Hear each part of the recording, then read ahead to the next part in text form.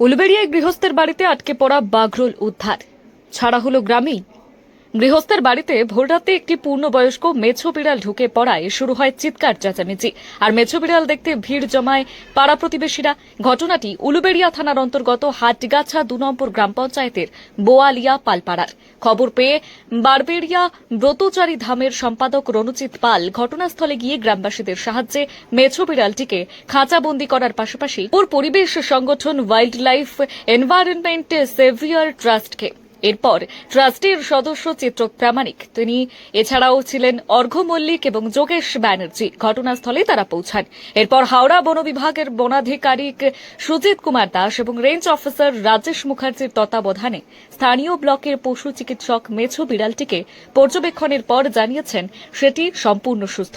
তাদের পরামর্শ মতো বন বিভাগের কর্মীরা গ্রামের মানুষের উপস্থিতিতে পুনরায় মেছো বিড়ালটিকে একটি জলাভূমি সংলগ্ন জঙ্গলে মুক্ত করে দেওয়া হয়। এ বিষয়ে চিত্রক প্রামাণিক বলেন, মেছো বিড়াল পশ্চিমবঙ্গের রাজ্য প্রাণী, আর এরা আমাদের আশেপাশের জলাভূমি সংলগ্ন জঙ্গলে থাকে। তবে এদের দেখে আতঙ্কিত না হয়ে বরং সচেতনতামূলক বার্তা দেন। উলুবেড়িয়া থানার অন্তর্গত হাটগাছা 2 জিপির এটা হচ্ছে বোয়ালিয়া পালপাড়া।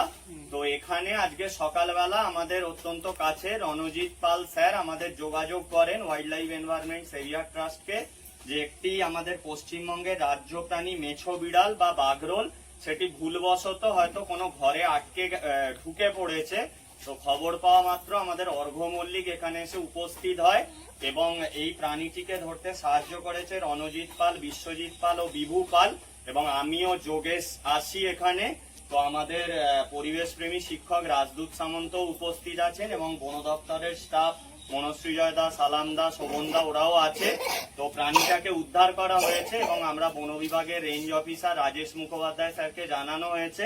তো যেহেতু মেছো বিড়ালটি একদম সুস্থ, তাই ওকে পুনরায় আবারই এই লোকালয় মানে জঙ্গলে ছেড়ে দেওয়া হবে, কারণ এই মেছো বিড়াল প্রচুর ইঁদুর, বিষধর সাপ খেয়ে আমাদের পরিবেশের ভারসাম্য রক্ষা করে। মেছো বিড়ালটাকে পুনরায় তার নিজের এলাকাতেই তার আবাসস্থলে মুক্ত করে দিচ্ছে। তো ঠিক আছে, আজকে ঠিক আছে।